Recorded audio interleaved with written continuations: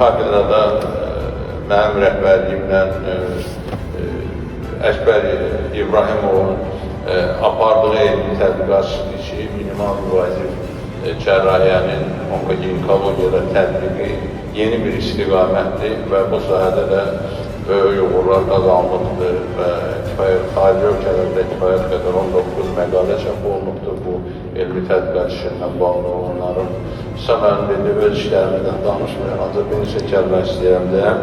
Onların kifayət qədər Spingerdə çap olunubdur və kifayət qədər nüfuzlu dünya mətbuatında çap olunubdur.